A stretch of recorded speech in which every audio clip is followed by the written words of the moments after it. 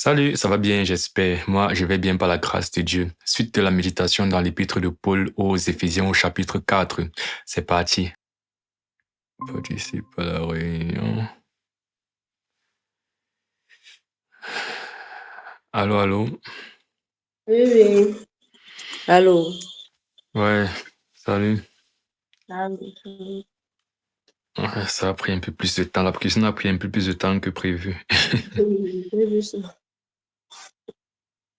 Bon, ça va? Mais ouais, oui, Ok, sans tarder un peu alors, on peut prier pour commencer. Je vais oui. prier.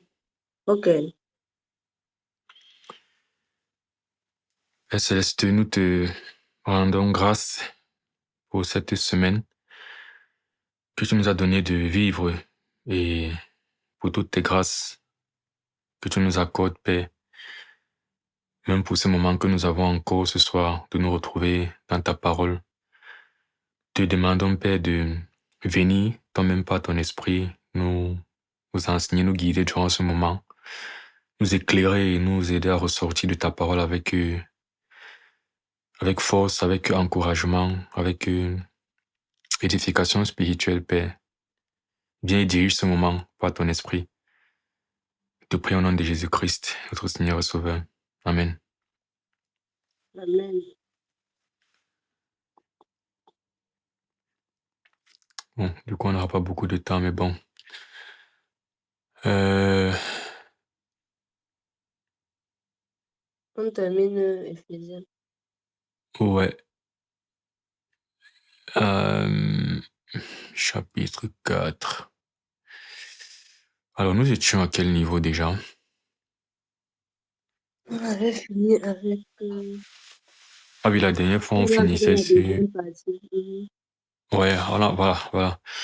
On avait vu que le chapitre était... Il y avait deux sortes d'idées générales. Une première partie axée sur l'unité dans l'Église et le fonctionnement de l'Église avec les outils dans les différents ministères que Christ a donnés à l'Église pour justement atteindre cette unité et cette maturité en Christ. Et donc ça, c'était jusqu'au verset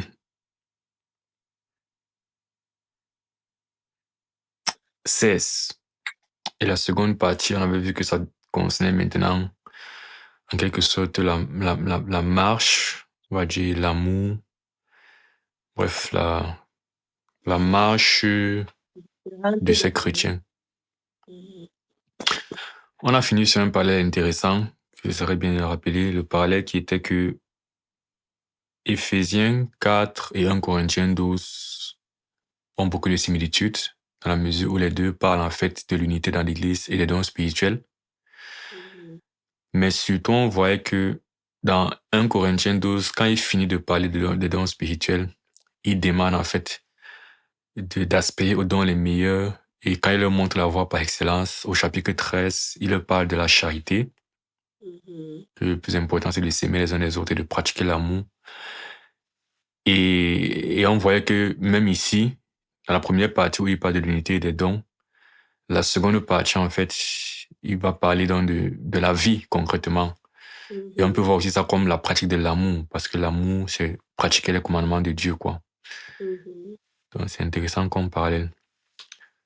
Du coup, on continue la lecture verset par verset, à partir du verset 17. Ok. Voici donc ce que je dis et que je déclare dans le Seigneur.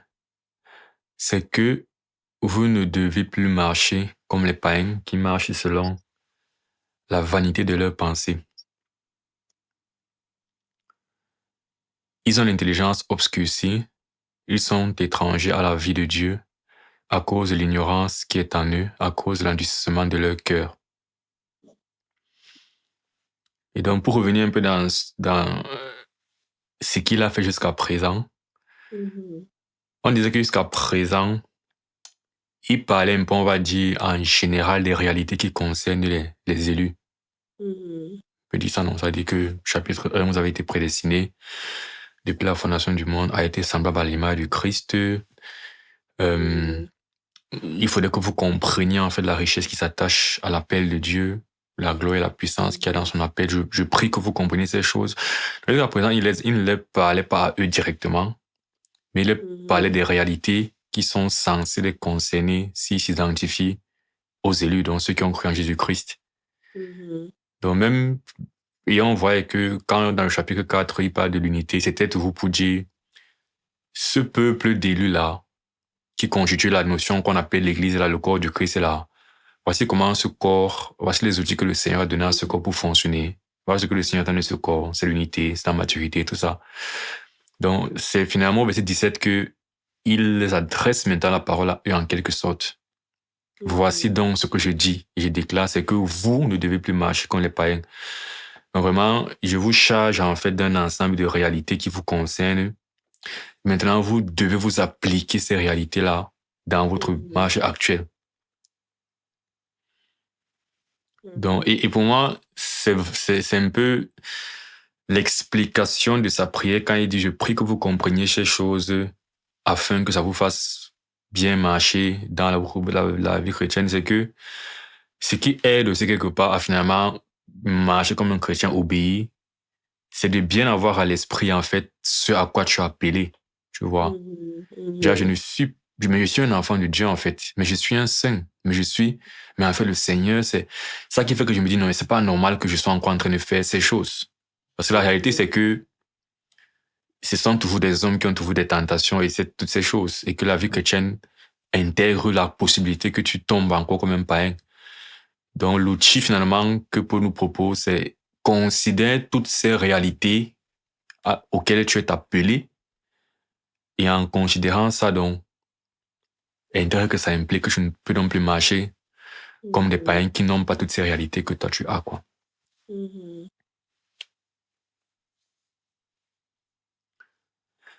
Bon, à part ça... Oui, dans le 17, quand il souligne par exemple la vanité de leurs pensées, c'est vraiment le côté où, et ça se voit encore chez les chrétiens aujourd'hui, tu ne te rends même pas compte que ce n'est pas normal que ta pensée soit attachée à certaines choses comme quelqu'un qui n'a pas rencontré le Seigneur, comme quelqu'un qui ne sait pas qu'il est un concitoyen des saints. Ouais. Donc, vraiment, vous ne devez pas marcher comme les parents. De prime abord, ça frappe. Et le fait même qu'il souligne la vanité de penser, c'est encore comme quand on disait qu'on doit nous examiner, en fait. Il faut toujours avoir ce penchant-là. Demain, je suis allée avec une jeune sœur. Ce qui sortait de sa bouche, je lui disais, mais dans tout ce que tu dis, je ne vois pas la marque de l'enfant de Dieu. Tu parles comme quelqu'un qui n'a jamais rencontré le Seigneur, qui ne sait pas que il est dans le défaitisme, c'est ton partage, les choses dans le sens, ah, c'est comme ça, le monde tourne comme ça. Donc, il y a un ensemble de pensées, de manières de faire que ça ne s'est pas Tu vois éloigné pas de là. toi parce que tu n'as pas Oui, compris. Tu n'as pas voilà, c'est compris. ça.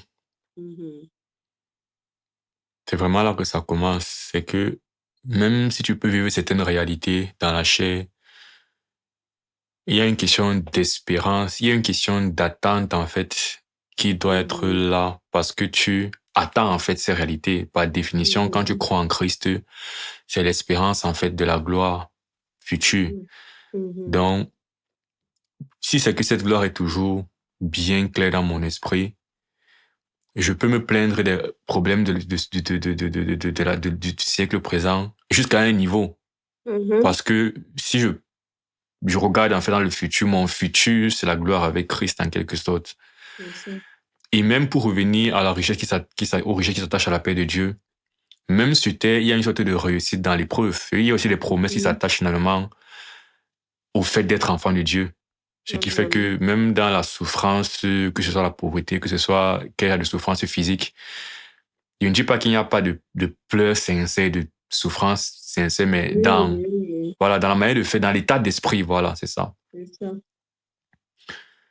Donc, un chrétien, pour moi, il dit tout qu'un chrétien qui déprime, c'est un chrétien qui est donc défaillant sur ce plan, non? Parce que la dépression, c'est vraiment un état où, psychologiquement, tu ne trouves pas d'issue. Oui, tu vois. Et tout, Vient pour te trouver, pour te donner la force d'avancer ou l'espoir que voilà. demain sera mieux, et ainsi de suite. Oui, parce que déprimé, c'est un peu comme dire que, bon, il n'y a plus rien à faire. Et bon, comment il n'y a plus rien à faire quand Dieu est vivant? Je prends Job, par exemple. Job, est-ce que Job a déprimé? Bon, je sais pas. Est-ce qu'on peut dire qu'il a déprimé? C'est vrai qu'il était très...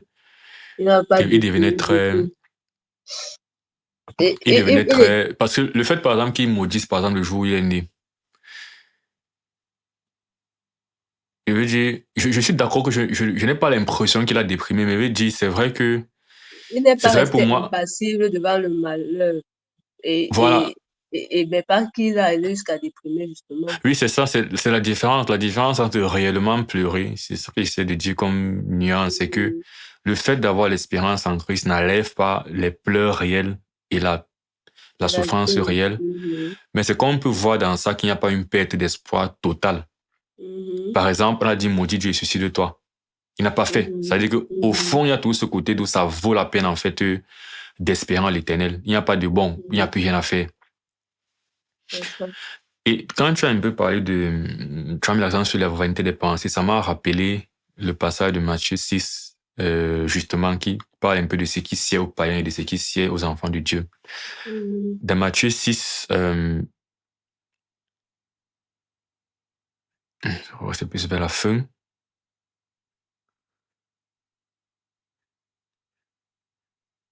Pourquoi vous inquiétez du vêtement? Ok, à partir du verset 28, je lis. Ou bien verset 27. Qui de vous, par ses inquiétudes, peut ajouter une courrier à la durée de sa vie? Et mhm, pourquoi vous inquiétez au sujet du vêtement? Considérez comment croissent les lits des champs. Ils ne travaillent ni ne filent. Cependant, je vous dis que Salomon, même dans toute sa gloire, n'a pas été vêtu comme l'un d'eux. Si Dieu revint sur l'herbe des champs qui existe aujourd'hui et qui demain sera jeté au fond, ne vous vêtira-t-il pas à plus forte raison, gens de peu de foi? Ici, la reproche qu'il leur fait, qui est mhm. liée à leur foi, pour moi, c'est dans le même état d'esprit. C'est déjà, si tu pouvais comprendre, en fait, la richesse qui s'attache à la Justement. paix de Dieu pour toi. Mhm, Et ça veut dire que cet appel, c'est vrai que c'est premièrement l'éternité, c'est le siècle à venir, mais mhm. on voit il y a des La ramifications dans le siècle promesse. présent. Mhm, Voilà. Donc, et parce qu'il est en train de parler des problèmes de cette vie, il est en train de dire, les problèmes de cette vie, en fait, ne doivent pas t'obséder au point où ça te fait mhm, t'inquiéter. mhm. Tu es tellement inquiet, tu vois. Et le fait que Et tu tu sois es inquiet dans... prouve que tu manques donc de de foi. lucidité par rapport à cette promesse de Dieu, ou bien les Mhm, bienfaits du fait d'être enfant de Dieu, quoi. mhm. Et donc, ne vous Euh, inquiétez. Tu dis? que c'est vrai. Et il continue, ne vous inquiétez d'un point, et ne dites pas que mangerons-nous, que boirons-nous, de quoi nous serons-nous vêtus. Et c'est là qu'il parle des païens. Il dit, car toutes ces choses, ce sont les païens qui les recherchent. Mhm, Et donc, c'est ça l'idée de la vanité des pensées. C'est que quand tes calculs, que ce soit au niveau de l'inquiétude, le poids des soucis du que présent dedans, quand ce poids mhm, t'immobilise dans ta progression vers les choses de Dieu, il y a problème. Ce n'est mhm. pas dire que ce poids n'est pas lourd et que ça ne peut pas en fait être un truc Une qu'on voit vérité. clairement peser Mhm, sur toi. Mais c'est que c'est un truc qui t'immobilise dans la marche vers les choses spirituelles. Alors, on est dans le cas de figure où, en fait, tes pensées et tes inquiétudes sont tellement ces choses de cette vie que tu es en train de faire comme un païen, parce que toutes ces choses mhm, sont les païens. Le mhm. chrétien, Tout dans à toutes ces fait. choses, il est en train de chercher au verset 33 le royaume, la justice de Dieu. Mhm, Et la promesse, une fois de plus, c'est que si tu es en train de faire ça, si tu n'arrêtes pas d'être en train de chercher la justice de Dieu, alors mhm. même ces choses, en fait, qui sont importantes là, te seront données Mhm, par-dessus. justement. Comme je dis toujours, avec le rhum, tout est à l'envers. C'est-à-dire, ce qu'il faut faire en réalité pour obtenir un truc dans la vie, dans ce monde, c'est de laisser ce truc en quelque sorte. C'est ça. Et c'est ça qui est difficile à faire parce que le truc, tu le vois et laisser le truc en te disant que tu vas l'obtenir, c'est la foi. Et c'est ça qui est difficile. C'est de dire, bon, est-ce que Mhm, vraiment si je me fixe sur le Seigneur, je vais obtenir ça? Non, mieux je fais mes efforts pour avoir. Il dit non, ceux qui font les efforts pour avoir, c'est les païens. Les chrétiens cherchent autre chose avec la foi qu'ils auront. Et c'est pas facile. mhm, Mais c'est ça la question de vanité des pensées. Et une fois de plus, c'est pas, on le dit comme ça, mais je pense que l'exhortation de Paul, c'est de dire, pour vivre cette réalité-ci, tu as besoin de mhm. comprendre donc la richesse qui s'attache à la paix de Dieu pour toi. Justement. C'est pourquoi je ne fais que dire, je suis marqué par le fait que Paul nous appelle en fait à méditer sur les réalités spirituelles et profondes Mhm, des desseins de Dieu ministère pour les, voilà, spirituel. du ministère. Voilà, tout ça. Je reviens à Éphésiens 4.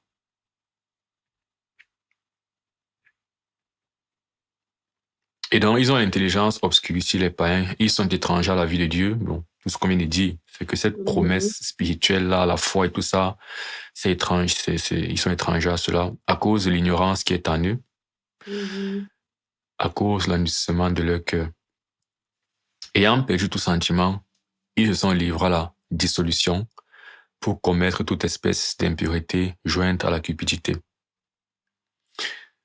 Est-ce que, pour faire encore ce petit exercice de langage similaire entre deux épîtres, est-ce qu'il y a un truc qui est un peu similaire au verset 19, ce qui devient à l'esprit? Il dit il parle de l'endurcissement au verset 18. Donc, supposons qu'il y a cette continuité, ils sont endurcis. Et donc, ils ont perdu tout sentiment. Par conséquent, ils se sont livrés en fait à toutes sortes de dissolution et d'impureté. Donc, on parle de l'endurcissement et la conclusion, c'est ils sont maintenant dans une sorte, ils sont livrés à une sorte d'impureté et tout ça. Est-ce que, moi, ça vient de me faire penser à notre passage où il y a un peu cette même relation de cause à effet. Que, en gros, l'endurcissement des païens entraîne qu'ils vont davantage sombrer dans les ténèbres. Oui, je crois qu'on a lu ça toujours dans un épisode de Poulet. Je ne me rappelle pas lequel, où il expliquait justement que ils ont d'abord les yeux voilés et cette voile fait encore qu'ils sont dans les ténèbres plus. Je ne sais pas si ça commençait justement par ils sont dans les ténèbres et en plus on voit leurs yeux. Ok, là peut-être je fais référence à 2 Corinthiens 4 quand il dit que si notre évangile est voilé, il est voilé pour les incrédules de ce monde. Il est voilé pour il est voilé pour ceux qui périssent, les incrédules dans le Dieu de ce siècle avec l'intelligence. Est-ce que c'est à ça que tu veux faire référence? Tel que tu as expliqué, ça m'a fait penser à ça. J'avais l'impression, justement, mais j'avais l'impression que cette partie-là terminait justement sur le fait que ils ont Ils pratiquent plus l'impureté. Oui, mais apparemment, ce n'est pas dans ce passage. Non. C'est lequel je pense, mais on a aussi lu l'autre, parce qu'on a déjà médité sur 1 Corinthiens, 2 Corinthiens, mais avant, on a fait Romain. Oui, moi, je pensais que c'était Romain. Quand tu as dit que c'est Corinthien... Non, moi, j'étais demandé si ce que tu disais, parce que ce que tu as dit, là, le côté les yeux voilés m'a fait penser plutôt à l'aveuglement dans 2 Corinthiens. Parce que dans Romain, il n'y a pas de notion de voile, justement.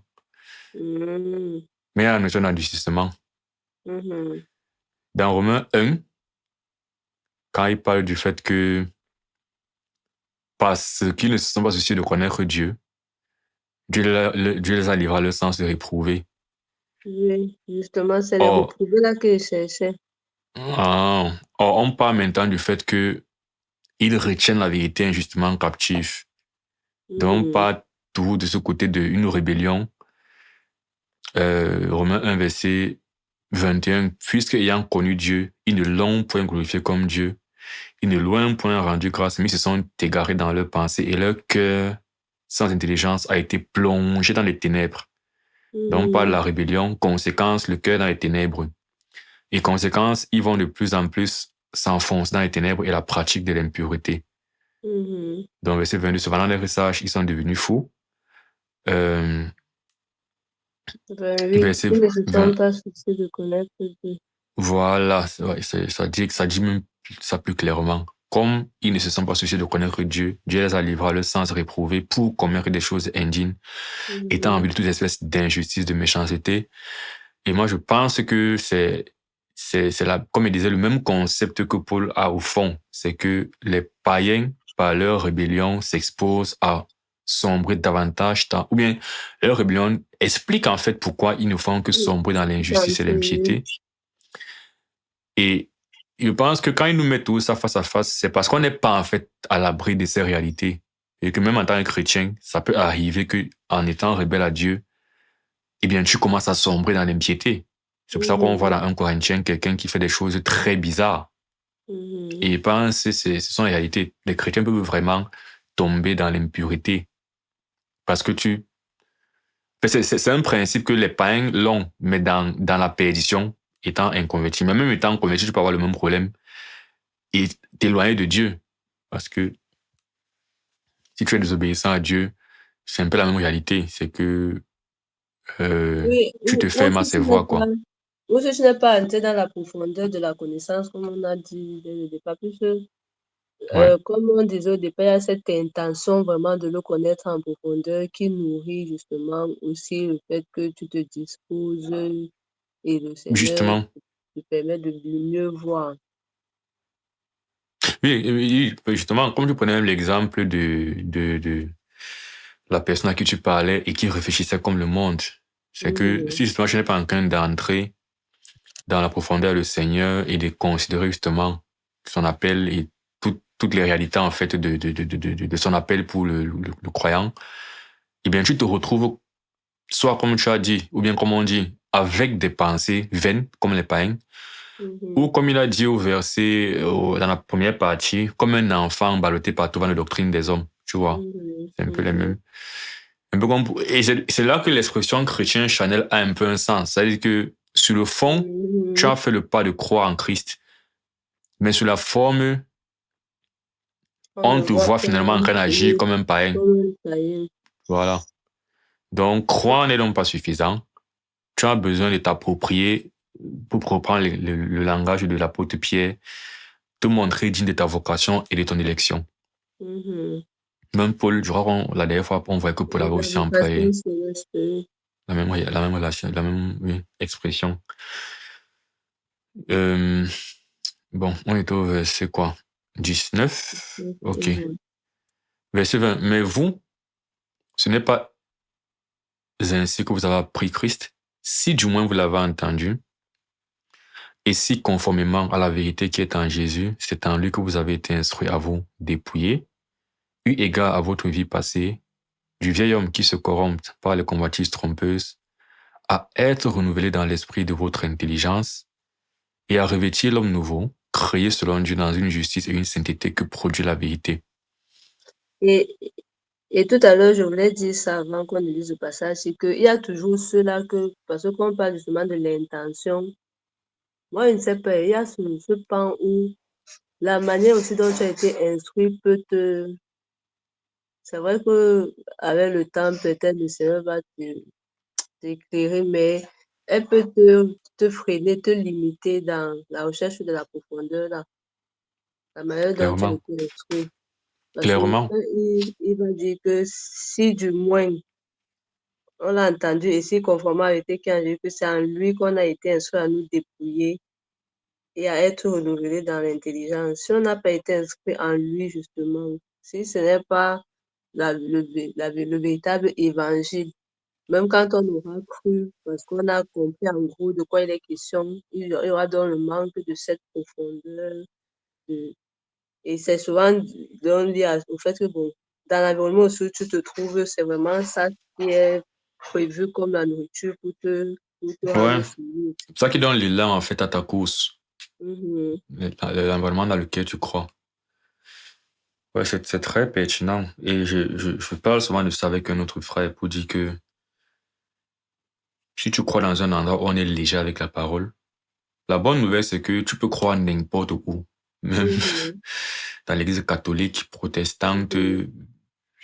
n'importe où au moins sont présentés Christ, où il y a un minimum, tu peux croire. Le problème, c'est souvent au niveau de quel genre de chrétien tu vas être.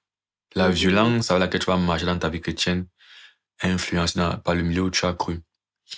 Et donc, sa condition ici, là, c'est dans à différents niveaux. Il y a une condition au niveau de l'évangile que tu as cru. Parce qu'il commence mhm. par, si demain vous l'avez entendu. Donc, la première chose même, au verset 20, il dit, mais vous, ce n'est pas ainsi que vous avez appris Christ. Apprendre Oui. Christ, pour moi, c'est le tout, non. Je le connais dans le sens de la foi salvatrice, qui est le B à bas. Mhm, Et je le connais mhm, dans le sens de son caractère et la conformité à lui, donc la marche.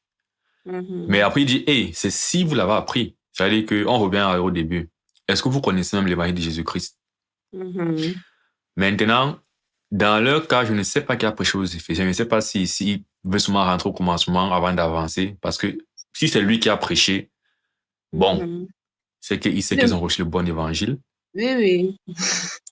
Et peut- Et le truc, c'est qu'il peut avoir prêché, comme il fait les tours, entre-temps, quelqu'un d'autre est D'autres venu. sont Maintenant, venus, il y a un ensemble oui, de mélange et tout et tout. voilà. J'allais aussi intégrer ça justement, c'est que cette condition aussi placée là, on comprend différentes choses. Ça peut être juste le démarrage général parce que il faut commencer par avoir qu'un évangile sans impliquer quoi Mhm. que ce soit. Après, ça peut impliquer que, bon, dans tous les cas, je vous ai tous prêché, donc vous êtes tous des croyants à la base. Ça peut impliquer que je vous ai tous prêché, mais parmi vous qui m'avez entendu prêcher le vrai évangile, certains n'ont pas cru. Ça Mhm. peut être que vous tous qui lisez la lettre ici actuellement, bon, il y a certains à qui j'ai prêché qui ont cru, il y a d'autres qui sont venus plus tard et peut-être, voilà, je ne sais pas Mhm. finalement ce que vous avez entendu, mais à l'instant où je vous parle Mhm. ici, je vous dis que les réalités que vous parlez en fait aussi, c'est un vrai si vous l'avez entendu. Mhm. C'est le premier niveau, donc si vous êtes des convertis. Maintenant, si c'est que vous l'avez entendu, est-ce que dans vos premiers pas, dans la marche auprès de lui, on vous a dit comment on marche avec lui, comment, voilà, on dit si Comment se conformément à la débrouiller? vérité qui est en Jésus, c'est en lui que vous avez voilà, vous dépouiller. Par exemple, des milieux où on est très libéral, par exemple, sur la marche dans la foi chrétienne, tu vois. Il y a des Mhm. milieux où, en fait, on te dit que, souvent dans la prédication, on m'a peut-être te dit, je dis, je prends un truc banal. Bah, je causais aussi avec un jeune homme récemment, un jeune frère, et il me faisait un commentaire d'une prédication que leur pasteur a fait, et il a parlé en fait de l'habillement des jeunes. Et ça a un peu vexé les gars, tu Mhm. vois. Et c'était un peu Mhm. comme si on n'a pas le droit de me parler de mon habillement, parce que c'est qui Mhm. comptait, c'est le fond. Mhm. Bon, c'est un peu plus complexe que ça m'avait dit, pour caricaturer un peu leur position et expliquer ce qu'il va expliquer. Si Mhm. tu as grandi dans un environnement où tu estimes qu'on n'a rien à te dire sur ton habillement, Mhm. on est d'accord que cette façon d'avoir appris la foi est différente d'un environnement où en fait toi t'as appris que on peut en fait recommander la façon dont tu t'habilles quand tu es chrétien, tu vois. Il y a Mhm. deux visions différentes de la marche, tu Mhm. vois. Donc je dis c'est des trucs, je prends les extrêmes comme ça, mais la vérité c'est que il y a les milieux où la manière de faire violent, par exemple, il y a des environnements où, par exemple, quand j'étais à l'église protestante au pays, par exemple, je Mhm. n'avais jamais ressenti qu'il faut que dans l'évangélisation soit une activité de mon quotidien, par exemple. J'avais jamais reçu ça, Effectivement. tu Mhm. vois. Et j'ai côtoyé d'autres personnes cette même période. Pour eux, c'était mode de vie. Et moi, j'étais même parfois frustré par eux. C'est déjà, parfois, j'ai trouvé ils en faisaient un peu trop, tu vois. Oui. Mhm. Bon, par la grâce de Dieu, justement, et c'est là, comme tu disais, sur le long terme, le Seigneur peut maintenant rectifier le tir. C'est que par Mhm. la grâce de Dieu, étant au contact de ces personnes, j'étais d'une part frustré parce que je n'avais pas appris à vivre la foi chrétienne comme ça. Mais je pouvais quand même, ça résonnait dans mon cœur, du genre, mais mine de rien, ça semble être la chose À la faire. posture biblique. Voilà, la Oui. posture qui ressemble plus à Christ et tout ça. Donc, le Seigneur a aidé à travailler pour que j'essaie d'intégrer ça dans ma vie, tu vois. Mhm. Regarde donc ça, c'est que quand la manière dont on apprend le Seigneur, et même par exemple, la parole de Dieu, la manière dont on dit aux gens que la Bible, c'est pas un truc que tu t'amuses avec. C'est du genre, Oui, ou que tu attends ou que quelqu'un vienne. Toi, tu n'as pas le temps de t'asseoir et lire, non, c'est tout. On oui, doit tout le temps enseigner, on doit tout le temps enseigner. voilà. Or, la suite, justement, quand il va dire même que Jean-Luc, on a été instruit à être dépouillé, eu égard à la vie passée du vieil homme qui se corrompt et à être renouvelé maintenant dans l'esprit de l'intelligence. Donc, il y a Mhm, toujours ce côté où tu dois avoir appris qu'il faut t'asseoir et lire et méditer tout à ta fait. Bible. Parce que quand je regarde la plupart chez les catholiques surtout, oui, il n'y a pas cette culture-là que non, Ouais, je dois lire ma Bible. ouais. C'est suffisant ce qu'on te donne là-bas à l'église le dimanche. Aujourd'hui même, parfois les catholiques sont un peu, oui, ils exagèrent. Mais moi, c'est la plupart des chrétiens que moi je côtoie, en fait, je Mhm, vois ce problème. Je veux dire, une bonne mhm, majorité. Selon les milieux, justement, c'est ça la question, c'est que, ok, aujourd'hui, moi, je côtoie certains chrétiens croyants, tu vois, qui justement viennent d'un milieu où on leur a appris que c'est la parole, tu vois. mhm, Ça veut dire, quand moi je cause avec eux, c'est plutôt par exception que je vais trouver quelqu'un que tu ne sens pas qu'il y a une violence personnelle dans la parole, tu vois. mhm, Mais j'ai maintenant d'autres milieux où parfois quand il arrive comme ça là, toujours des croyants. Tu causes avec quelqu'un, tu sens qu'il n'y a pas cette culture en fait de creuser. personnellement. Mhm. Non, c'est intéressant. Après, à être renouvelé dans l'esprit de votre intelligence. Et pour revenir sur le jeune frère avec qui je causais récemment, en fait, le jeune frère, c'est quelqu'un avec qui j'ai commencé un suivi récemment, tu vois. Mhm.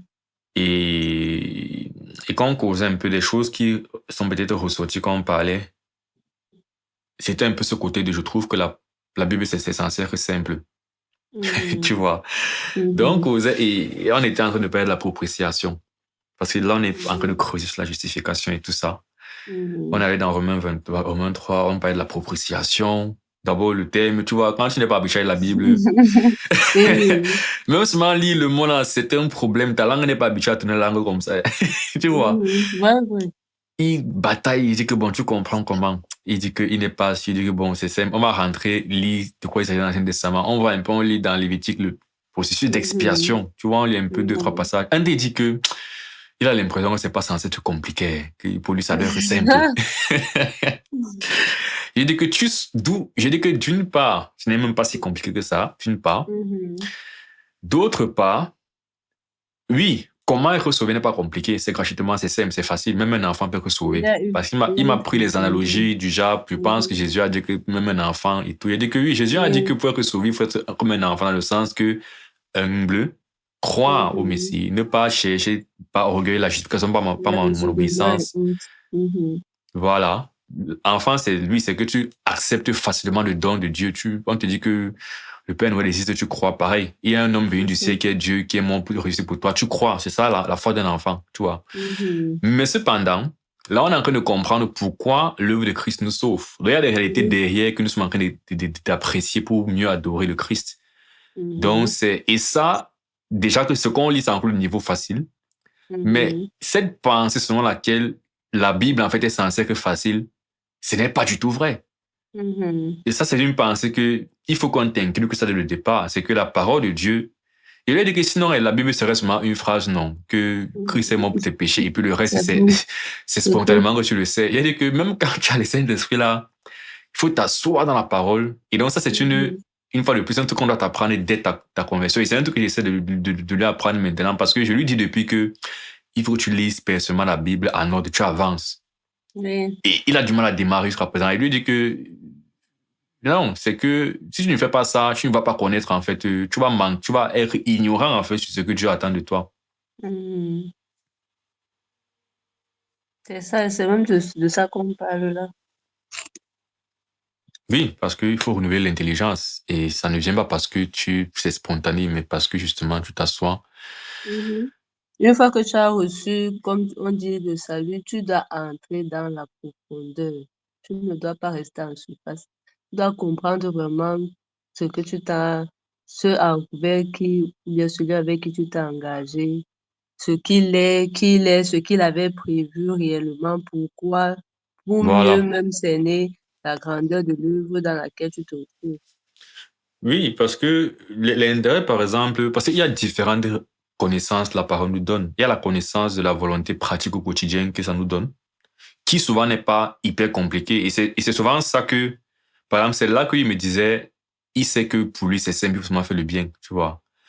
Je lui Là, ai c'est dit, le slogan de tout le monde, et tous les chrétiens et même les non-chrétiens savent que tous, le plus important, c'est faire le bien. justement, c'est ça qu'il dit que, non, il voulait seulement dire que dans les différentes réalités qu'on retrouve dans la parole qu'on étudie, Ah, ah, il y a les mhm, réalités d'ordre, le, le comportement pratique. C'est-à-dire que mhm, si tu lis par exemple le sermon sur la montagne, tu vois, c'est des mhm, choses assez pratiques et concrètes que Jésus dit dans mhm. le rapport, d'une part, avec les gens, non? Si tu lis par Oui, exemple oui. les épîtres de Paul, où il dit clairement, considère pas tes intérêts, considère celui de... Donc, il y a cet élément de réalité qu'on ressent de la parole. Mhm, Mais effectivement, ce n'est pas tout, parce que même dans ce qu'il faut faire le bien là, il y a mhm. parfois aussi des dispositions et des détails que tu as besoin d'aller un peu plus creuser que le bien général, justement, tu vois. Que ce Sans n'est pas... compter que, Oui, et sans compter que ce bien qui est présenté justement et sur lequel les gens s'attachent facilement, c'est un bien que c'est le renouvellement, c'est le Saint-Esprit, c'est l'amour de Dieu qui est produit par le fait qu'on le connaisse plus en profondeur, qui nous donne la capacité de faire ces choses-là. Et Parce que c'est si c'est justement, seulement... oui. Non, c'est justement pour ça qu'il disait que quand tu considères, ça qu'il voulait seulement lister, donc, que dans les choses qu'on peut voir que la parole présente, il y a ce côté de, tu as l'impression que c'est pratiquement simple. Je dois aimer mon prochain, je dois faire ces choses, je dois, tu vois un peu là. Mais Oui, effectivement que vivre de cela selon le Seigneur va être la résultante de d'autres réalités en fait plus profondes que tu as intégrées. Sinon, effectivement. justement, tu auras l'impression que tu es dans une pratique où tu fais les bonnes choses. Mais même parfois, le discernement pour faire la bonne action au bon moment, tu vas le manquer. Il C'est y a un ça. moment où il faudra par exemple dire un truc à quelqu'un, mais parce que tu es en train de considérer qu'il faut que je sois une bonne personne en général, tu vas par exemple ne pas dire la vérité quand il faut se dire des choses. Donc, et c'est dans ça. Et maintenant, au-delà maintenant de ce côté, ton rapport avec ton prochain, il y a aussi des réalités concernant la personne de Dieu. Et c'est même de là que tout part, en fait. Parce qu'une vie Effectivement. centrée sur ton prochain, c'est la vie à l'envers. Ce n'est pas que je dois chercher mon prochain et par conséquent, je vais aimer Dieu. C'est le contraire. C'est que C'est je dois ça. chercher à aimer Dieu et par là, je vais aimer mon prochain. Et les gens font souvent cette erreur-là, non? Parce que dans l'épître de Jean, on a dit que comment peux-tu aimer Dieu que tu ne vois pas Ne va pas et ne pas aimer ton aimer. prochain que tu vois. C'est Mais on oublie ça. que dans le même épître, on a aussi dit que l'amour vient de Dieu, en fait. Et que celui qui est né de Dieu aime Dieu. Donc la source de l'amour vient toujours de la personne de Dieu. Mais on va examiner que tu as reçu cette source de l'amour dans ton rapport avec ton prochain. C'est ça. Mais il faut pas mettre la charge avant les bœufs. La cause, c'est Dieu. Et donc, c'est maintenant là que s'instruit ces réalités de Dieu maintenant. Fixer maintenant les yeux sur l'œuvre de Dieu. C'est-à-dire que maintenant, lire ce que Christ a fait, comprendre le plan de Dieu, comprendre la grandeur, la puissance de Dieu, ses voies, tout ça, ça te met en adoration devant Dieu. Tu n'es pas dans une vie où tu fixes les regards sur ce que Dieu fait et tu fixes les regards sur comment faire avec ton prochain. Qu'est-ce qui va causer que dans ta vie, tu sois en train d'adorer Dieu et de dire, waouh, ce Dieu est merveilleux. Il y a une partie, en fait, qui consiste aussi à entrer dans la parole de Dieu pour comprendre, en fait, comment ce Dieu agit dans le secret, en général, en public, dans l'éternité passée. C'est un élément aussi, justement, de ta connaissance de cette personne de Dieu qui va contribuer à ton rapport avec l'autre. Mais bon, peut-être tout pour dire que c'est l'une des choses que ça aussi, il faut que dans la façon dont tu as appris Christ, on te l'a inculqué dès le départ. Et c'est les choses qui font que 15 ans ou bien 5 ans après ta foi, si c'est que tu es seul dans un pays étranger, tu as une autonomie en fait dans la façon de chercher Dieu. Tu n'es pas dépendant des gens. Mais si on ne t'inculque pas ces choses, on revient encore à la première partie, tu seras un enfant flottant à tour de doctrine, qu'on va balancer dans tous les sens. Et que, là.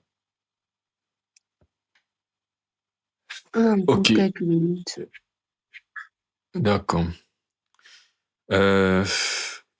Il a revêtu l'homme nouveau créé selon Dieu dans une justice et une sainteté que pour dire la vérité. Bon, juste un mot parce que tout ce qu'on a dit, ce sont les mêmes choses ici, mais juste l'expression revêtu l'homme nouveau, c'est tout ce côté où la sanctification n'est pas automatique. L'éducation demande de l'effort. Participation, Parce que, voilà, l'homme nouveau, c'est selon Romains 7, c'est l'homme intérieur. Donc, c'est vraiment la réalité spirituelle, c'est ce que nous sommes devant Dieu et ce qu'on oppose souvent, en fait, avec le vieil homme. Donc, on pourrait dire oui, par essence, le fait d'être régénéré fait déjà que c'est l'homme nouveau. Mais il te dit qu'il faut le revêtir. Donc, c'est un peu comme si, c'est ça qu'il dit, c'est, en fait, et pour simplifier les choses, homme nouveau veut dire une nouvelle façon de penser. Pour moi, c'est la façon la plus pratique de comprendre ce que ça veut dire. Homme nouveau, ce n'est pas qu'il y a quelqu'un qui me possède et j'ai trois personnalités. Moi qui réfléchis, une personnalité indépendante de moi, c'est l'homme nouveau. Une personnalité indépendante de moi, c'est le vieil homme. Non, vieil homme veut dire les vieilles habitudes, la vieille façon de penser. Homme nouveau veut dire la nouvelle façon de penser, tout simplement. Et donc, quand on dit réfléchir l'homme nouveau, ça revient toujours à verset 24, verset 23. Renouveler dans l'esprit de l'intelligence. En fait, c'est ça. Je pense que quand il dit à être renouvelé dans l'esprit de votre intelligence et à réfléchir l'homme nouveau, c'est la même chose. C'est que l'exercice, comme je dis dans Romains 12, de ne pas se conformer sur le présent, mais d'avoir l'intelligence renouvelée, cet exercice de chercher le Seigneur, fixer sur le Seigneur et que sa connaissance me fait revoir les choses différemment, c'est ça l'exercice de revêtir l'homme nouveau. Créer cela dans une justice et une sainteté que pour dire la vérité. C'est pourquoi renoncer au mensonge et que chacun de vous parle selon la vérité à son prochain, car nous sommes membres les uns des autres. Et tu vois donc avant d'arriver sur les conseils pratiques, parce que voici ce que certains veulent seulement que tu leur dises, que renonce au mensonge. Et le poids de dire que, mais la robe aurait pu commencer l'écrire en disant bonjour, renonce au mensonge. Mais il a pris 4 chapitres pour parler en fait des choses qu'on ne voit pas, qui sont les réalités spirituelles qu'il faut intégrer en fait. Mais c'est quand tu intègres toutes ces choses que ça prend du sens maintenant d'être pratique dans ton action de tous les jours. Et une fois de plus, malheureusement, les gens simplifient donc tout ce bagage de foi et de méditation sur les réalités spirituelles et veulent passer directement en fait à quelle action dois-je faire. C'est pourquoi, c'est-à-dire que voilà, renoncer au mensonge et que chacun de vous parle son la vérité à son prochain, car nous sommes membres les uns des autres. Si vous vous mettez en colère, ne péchez point, que le soleil ne se couche pas sur votre colère, et ne donnez pas accès au diable. Bon, ça c'est des choses pratiques. Hein. Et on peut aussi comprendre pratiquement que se mettre en colère n'est pas un péché par définition, mais c'est ce que tu fais de ta colère qui... On dit ça comment? Ça peut introduire facilement le péché. Ça peut introduire facilement le péché. En fait, même, ce qui va faire que tu pêches quand je te mets en colère, c'est la cause de ta colère, je pense. Dans la mesure où, si tu te mets en colère, comme je suis en colère parce que j'ai vu une injustice, tu vois. Bon, Tu même peux dans ce aussi cas de pécher à ce figure, moment-là, tu peux parce que aussi tu vas pécher, mais tu as souvent... moins de chances de pécher. Tu as moins de chances de pécher. Moi, je dirais, en fait, selon ta vie sur le long terme. Si c'est un truc qui vient de manière impulsive, tu peux pécher, même si c'est une juste colère. Mais si c'est que la colère est une colère qui est saine, ça veut dire que c'est une colère qui est mesurée. C'est-à-dire que c'est pas un truc qui vient en impulsion, tu vois. Mais c'est une, comment on dit, c'est une colère qui est tranquille. Genre, quand je vois, par exemple, l'injustice, le sentiment que ça produit en moi, c'est de la haine. Tu vois un peu le genre. Parce que, on dit par exemple dans Proverbe 8 que la crainte de l'éternel, c'est la haine du mal. Et dans ce sens-là, c'est-à-dire que c'est un peu comme une évidence. Tu n'es même pas censé être indifférent par rapport à l'injustice. Tu dois avoir un sentiment de répulsion par rapport à ça. Ça veut dire que si c'est que tu as atteint... Maintenant, il y a la répulsion et il y a la colère. Parce que moi, je vais dire Oui. que la... Oui. Non, non, ça que j'aimerais dire que le point, c'est important de dire que colère, par définition, n'est pas égal à péché. Colère, comme tu as dit, peut entraîner péché. Je suis maintenant en train d'expliquer qu'est-ce qui peut maintenant faire que colère empêche plus ou moins facilement péché. Et que quelqu'un qui se met en colère, déjà pour des raisons charnelles, là, tu vois que facilement il va aussi pécher, non? Puisque l'origine de sa colère, en fait, est déjà l'absence de la vérité. Tu vois? Mais ça veut dire que c'est que l'origine de ta colère est quelque chose de sain. Pour moi, c'est les conditions dans lesquelles, en fait, ta colère peut ne pas te faire pécher, c'est ce qu'il veut dire. Même si, là encore, tu pourrais toujours pécher. Parce que la colère, c'est un sentiment qui est assez... comment dire? Qui est Oui, assez intense. Tu vois? justement, c'est épidémique. En Non, tout cas, mais regarde, l'Éternel se met en colère plus que quiconque dans la Bible, en fait. C'est ce que c'est ça qui dit que quelqu'un, selon ton rapport, en fait, selon ton alignement, en fait, avec les voies du Seigneur, tu vois. De la même façon que tu se mets dans une fureur qui ne dit pas son nom à cause de l'injustice. C'est ça qui dit que c'est peur un sentiment que tu éprouves sans facilement pécher, dépendamment justement de comment est-ce que tu es plus ou moins en accord avec la pensée de Christ, c'est ce qu'ils sont en train de dire. oui, mais je disais seulement que, bon, c'est vrai que l'Éternel se met en colère et quand lui frappe, même dans sa colère, sa frappe est juste. C'est-à-dire que nous, pour qu'on frappe juste, c'est souvent difficile. Quand on veut frapper Je ne à suis même pas en l'Éternel. train de parler de frapper, justement, tu vois. Je parle simplement du sentiment qui naît à cause d'une situation problématique. Je parle C'est même ça pas que, du fait que tu es celui qui tu n'as même pas, comme il disait, si je m'assois, je vois les informations et puis j'écoute une injustice, je peux me mettre en colère, tu vois. Ce n'est pas un contexte où il n'y aurait même pas une position de frappe qui va suivre. C'est juste, comme je suis en train de dire, le sentiment de colère qui parvient dans mon cœur, ça dépend d'abord de qu'est-ce qu'il a causé et du contexte. Et il dit, il y a donc des situations, il y a des circonstances où c'est possible que cela arrive, mais que le risque que je pêche soit réduit. De la même façon qu'il y a des circonstances où, si ça arrive, c'est même très évident que je vais pêcher. En fait, il y a des Bon, circonstances où le fait je même de prends se un exemple fâcher, clair parce que oui. si ce qui te met en colère, je regarde les infos, on a encore augmenté les prix des tomates, ça me met en colère. Parce que Non, justement, c'est pas de ça qu'il c'est le parle. Ça, côté c'est, se mettre en colère là que je non, comprends mais pas ce que ça. justement, si tu prends une question qui est charnelle, tu vois un peu le genre. Tu es dans le cas de figure qui n'est pas le bon. Voici un cas de figure qui est justifié.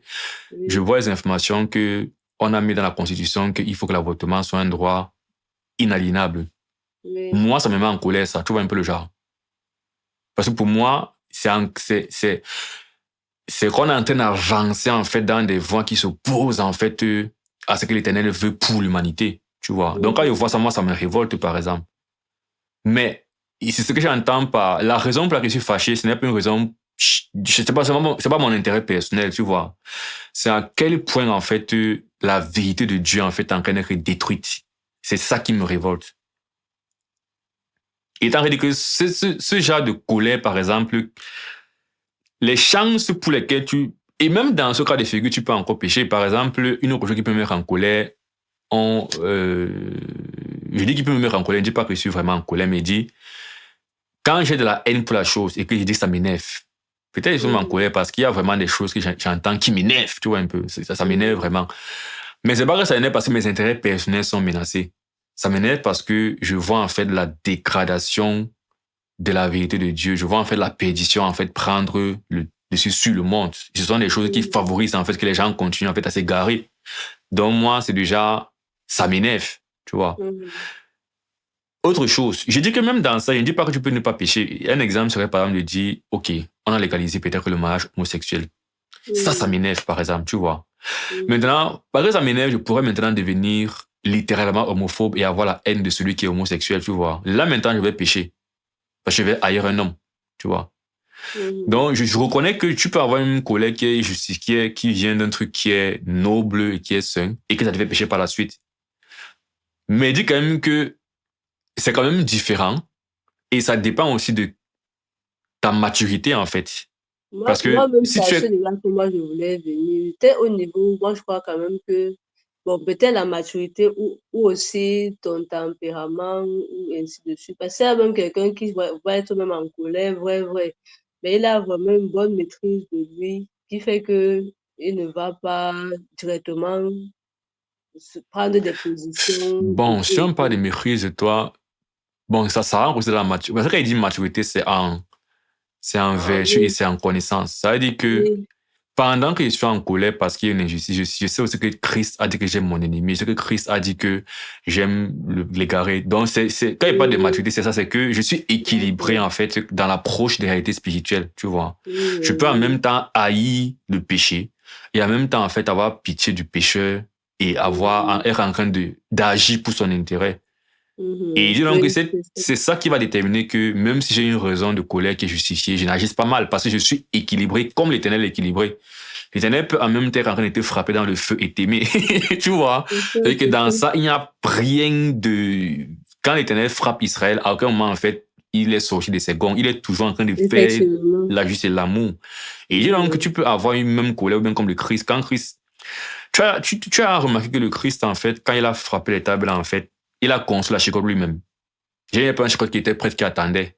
Il m'a un peu le degré de maîtrise. C'est le genre, ce n'est pas que c'est un Mhm. truc qui est impulsif. Mhm. Il s'assoit posément et il tisse la Mhm. chicote. C'est-à-dire que pendant Ouais. qu'il a tissé comme ça, là, on peut lui dire que tu es en train de faire quoi. Il dit que, comme tu vois là, voici mon plan. Je vais prendre les deux nœuds si tisser comme ça. Après, c'est le troisième, je vais partir fouetter. Donc, c'est un truc qui est maîtrisé et posé. Il n'y a pas Mhm. de... Bon. Mais c'est seulement pour aligner les différentes réalités autour de la colère. C'est que, Oui, c'est vrai. premièrement, OK, c'est un truc en fait qui va qui qui est vu comme un truc péjoratif généralement, parce que c'est un sentiment qui souvent entraîne les problèmes et tout ça. Maintenant, le verset dit justement, colère ne pêche pas. Et moi, et comme il est en train de dire, si je te mets en colère pour une raison qui est charnelle, pour moi, quelque part, tu as péché. Et que la raison de ta colère, il n'est pas justifié, tu as péché. Bon, pour moi, ça a du sens ici. C'est une colère, justement, qui est... C'est le cas de figure où je marche et quelqu'un... J'ai une chaussure qui est blanche et quelqu'un... Je sais pas tout quoi. J'ai un truc spontanément qui arrive, qui est contraignant. Tu vois. Et là, ça me vexe. Et bon, là, il dit, ne pêche pas. C'est déjà... Il n'y a pas un truc qui était préparé, qui était... Comment on dit, c'est spontanément et je suis vexé de manière spontanée. Oui, mais, OK. Mais je ne pêche pas. Ne pêche pas. Quand dans ton monde, tu reviens, je te dis... Ok, c'est vrai que, c'est pas tout quoi. Une fois peut-être, je partais, on était en pays, je partais à un rendez-vous, et quelqu'un est sorti du taxi. Directement, il est sorti pour cracher. Et moi, tu vois, le genre que le taxi garde du bois, là où tu es en train de marcher à côté sur le trottoir, et lui, il sort du taxi et il crachait, et c'est là que je le croise, et le crachat vient sur ma face. C'est un peu le genre. C'est clair que c'est hyper contraignant. Donc, le genre, ça c'est quoi ça? Tu vois un peu le genre. Mais à l'instant T, il y a une fois le côté de que je sais pertinemment qu'il n'a pas fait exprès. Tu vois un peu le genre. C'est une fois dans mon cœur que ça n'a pas de sens de me fâcher contre la personne à cet instant. C'est pas comme s'il m'a piégé, il a attendu qu'il vienne à cracher sur moi. C'est un accident. Comme si la personne te dit directement. Et il a directement, excuse-moi, oui, tu vois un peu, oh désolé, tout ça. Ça n'empêche pas que tu as tes craches sur moi et c'est énervant. Mais maintenant, le côté de colère, c'est du genre, ça n'a pas de sens, en fait, de se fâcher contre la personne. Et je suis contrarié, et puis je prends le lotus, je suis, et puis j'avance. Tu vois. Maintenant, je pense donc que je peux maintenant être comme ça en train d'avancer, mais étant tout fâché toute la journée, non. Tout pense ça. Et il rend que c'est maintenant sur les figures où on dit, bon. Pour moi, ça, c'est une colère qui est chaleur, mais dans laquelle je peux ne pas pécher. Voilà. Ça, c'est une colère qui prend une chose qui n'est pas forcément sainte. C'est juste, ok, accident. Mais c'est maintenant là que il y a le côté de je n'ai pas encore péché pour l'instant, tu vois. Et attention à ne pas finir par bouger la personne en fin de journée, tu vois. Oui, c'est ça. Mais il disait qu'il y a maintenant l'autre colère que c'est pas trop quoi. Oui, Moi, par exemple, quand j'étais encore petit et que je volais à la maison, c'est pas tu avais été au courant de ça. À l'époque, quand je volais beaucoup, quand j'étais petit, une fois, on m'avait attrapé. Le patin m'avait fouetté. Et c'est le temps que j'avais arrêté de voler. Mais avant qu'on m'attrape, j'étais énervé parce qu'on me soupçonnait sans preuve. Tu vois un peu les gens. Je me disais que, mais il y a plusieurs enfants à la maison, pourquoi on croit que c'est moi? Ça m'énervait franchement. Tu vois. Et pourtant, je sais que j'ai volé. Non, mais je me disais que c'est vrai que j'ai volé. Mais qu'est-ce qui fait que ce soit moi qu'on a... Il y a des collègues que c'est même pas justifié, mon frère. Tu fais un truc qui n'est pas forcément très droit et tu es fâché dans l'injustice, tu es fâché. Et que ça, c'est là que tu as déjà souvent péché par ta colère. Il y a maintenant la colère que c'est vraiment, comme je disais, elle est plus ou moins sainte. Et même dans ça, il faut toujours, comme je disais, être équilibré.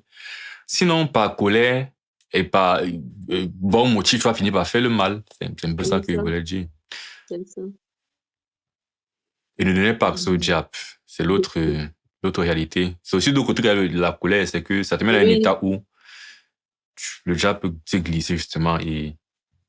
Oui, en fait, il commence avec ne mettez pas en colère parce que le fait même justement de... On dit parce que le Seigneur ne se couche pas sur votre colère, c'est là donc que tu vas pécher en donnant à ce diable. Si tu dors, tu rumines ça, tu cherches Voilà. comment rendre à Ouais. l'autre bien, Tu lui faire cultives ça. Tu cultives. Il va dire que tu as besoin d'un peu de poids arroser. Il vient, il arrose. Ta colère, j'aime, ça produit du fruit. Bon, je pense qu'on peut arrêter là. Pour cette séance. Donc, on est dans les parties intéressantes qui sont pratico-pratiques, mais une fois de plus, moi, je les apprécie en contexte de ce qui était dit avant, tu vois.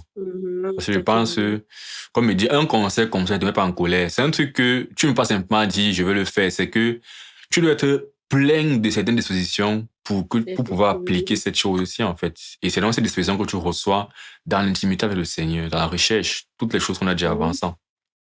Sinon, tu n'es pas différent de quelqu'un justement qui n'a pas cru, qui décide que bon, je vais me mettre en colère. Après, Oui. tu vas retomber. Et qui Puisque finalement, de oui, toute sur façon, un temps, tu tu ne tiens. t'appuies sur rien. Mhm. Voilà, où tu fais les choses à l'apparence, mais dans ton cœur, tu es rongé, en fait. Mhm. Bon, on va alors clôturer là. Si tu n'as rien d'autre à Mhm. rajouter, tu peux Mhm. prier si tu veux pour clôturer. Ok. Voyons. Éternel Dieu de grâce, nous te disons infiniment merci parce que tu as encore permis ce moment qui est riche et qui nous permet de te connaître encore mieux. Merci pour cet éclairage. Merci parce que ta parole est vraiment la vérité. Merci parce qu'elle nous permet de nous renouveler dans notre manière de voir les choses et de penser. Merci parce que tu nous armes même ainsi pour pouvoir demain affronter l'inconnu et toutes les situations et en être vainqueur. Merci parce que tu nous donnes le moyen de pouvoir soutenir aussi les frères et sœurs qui seraient dans les troubles parce qu'ils n'ont pas compris la profondeur, la largeur de ton amour et de ce que tu es. Merci parce que tu as disposé au moins nous deux. Nous te supplions pour les autres qui ne peuvent pas être avec nous. Continue à parler, continue à agir dans leur vie de telle manière à ce qu'ils entrent dans cette profondeur de ta connaissance. S'il te plaît, nous sommes tellement bénis. Nous voulons qu'ils en profitent. Nous pensons à eux, prends soin d'eux et garde-nous pendant que nous commençons cette nouvelle semaine demain. Que la gloire te revienne pour nos vies. Au nom précieux et puissant de Jésus que nous avons prié. Amen. Amen. Ok. Ok, Bonne soirée et bon début de semaine. à dimanche À prochain. dimanche prochain, Dieu voulant. Amen.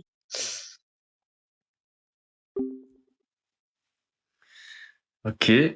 Et une vidéo de plus. Donc, merci d'avoir regardé cette vidéo. On rend grâce à Dieu pour ces moments. J'espère une fois de plus que, voilà, vous recevez des encouragements dans ce qu'on peut se dire. Et je vous dis à la prochaine fois. On se retrouve dans une prochaine vidéo. Que Dieu vous bénisse. Portez-vous bien d'ici là. Ciao.